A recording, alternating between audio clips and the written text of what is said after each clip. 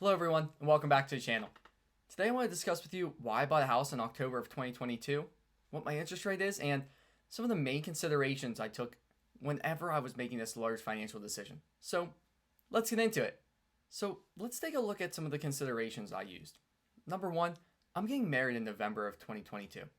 This is a huge event in my life, and I have to start thinking about not only what's best for me, but what's best for my future wife, what I'm going to do with this information, and I have to start discussing my future plans and ambitions and goals with her, and I have to listen to hers, and we have to come to an agreement on what's best for us. And that was a big decision and a big part of all of this whole entire process. After taking into consideration what was best for my wife and I, we started looking around. And the second main factor that went into our decision was the monthly payment. So let me just give you some backstory on how this all started. Back in about June of 2022, my fiance and I started looking at places to live because we knew we were getting married in November. So we went to the area we really wanted to live in. We went and looked at 3 different apartment places. Number 1 was really awesome, looked really great, and was kind of within our budget.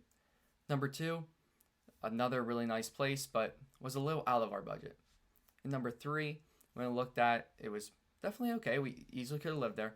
And it was a little below what we wanted to really think about spending, but again, it was a fine place. On our way home from this trip, we were like, hey, we see these houses, we see the price. Let's go ahead and look at these townhomes and just get a good understanding of what it's like. We probably won't be getting into one of these for a couple more years, but let's just go and take a look at the choices that are available. So we went and looked at them. We talked with the realtor that was on site, wrote down the numbers, saw exactly how much it was going to cost, what the down payment was going to be, and really started thinking, man, this is a lot more doable than we originally thought. Number one that we really didn't realize was we didn't really need a full 20% down on this house in order to get it. Now, would we like to put 20% down, and did we have enough capital to do that? Sure, but we didn't have to do that. And number two, even without putting 20% down, the monthly payment was only going to be within $100 of the median place that we were looking at. So our current pricing was really right in line with being able to take advantage of the situation and this opportunity that was presented in front of us. Another thing that we liked about the property was we have a 10-year warranty with this. We're going to be building equity in this house because we're not just going to be putting in rent money that goes to a landlord or some property management company. And then finally, it was in the right area for us and a place that we really liked and wanted to live in. So those 3 factors really played an important part into our decision here. But I wouldn't be filling in all of the parts of the puzzle if I didn't tell you that the interest rate played a huge factor in what our decision was. So during this June-July opportunity and time, interest rates were hovering around 5 to 6%. One day while the market was really doing well and bonds were going down, we saw the opportunity to go ahead and snag a great interest rate. We ended up getting a rate of 5.125%. Now, looking compared to the beginning of the year, yeah, those rates were at 3%, and we were paying 5.125. So naturally, we were a little worried. This is also way higher than I thought it would ever be, so I didn't know if we were making the right decision or not. But now, just a few months later, and when we're getting ready to move into the house, we see that interest rates are the whole way up to 7.12, 7.15%. So in hindsight, which is always 2020, we made the right decision. But did we really make the right decision? Well, you guys can decide it for yourself, but we think we did based on our personal life, situation, and what our future financial goals are. And finally, the last consideration we really took into strong thought and really put a lot of time into was, is this house was good enough for us to have kids in? So obviously, yes, any place is good enough to have kids in, but is it a place where we wanted to stay long enough that we were going to have kids and get them moving in this house? So we looked at the school district, which got really good ratings and really good test scores, so we were happy about that. And we also thought about how close it was to our family. I know some of you might not use that as a consideration, but for us, this was important. We don't want to be too far away from our family. We want to be close enough that if we want to come for a day trip, it's completely fine, and we don't really have to stay overnight. So we grew up in very similar areas, and we're not too far away from each other.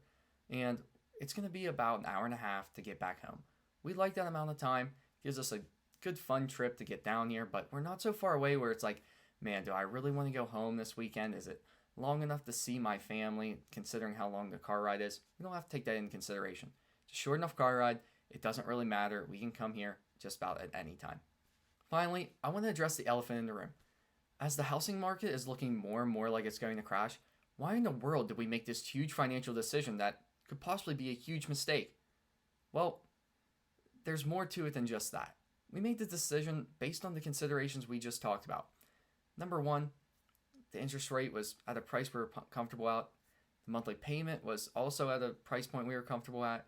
And considering family, we were just close enough and just far away enough that we really liked the area. Finally, we see ourselves being in this house for 7 to 10 years and really are trying to hunker down and weather the storm that a possible recession might cause, or even a housing market crash. We figure if we're going to be in that house for that amount of time, the value of the property will come back up if it goes down, and overall, we will never really be underwater on this mortgage. So that was the main considerations we took when looking at buying a property versus renting and making the right decision based on our future financial goals, our needs, and our wants. And just one more point.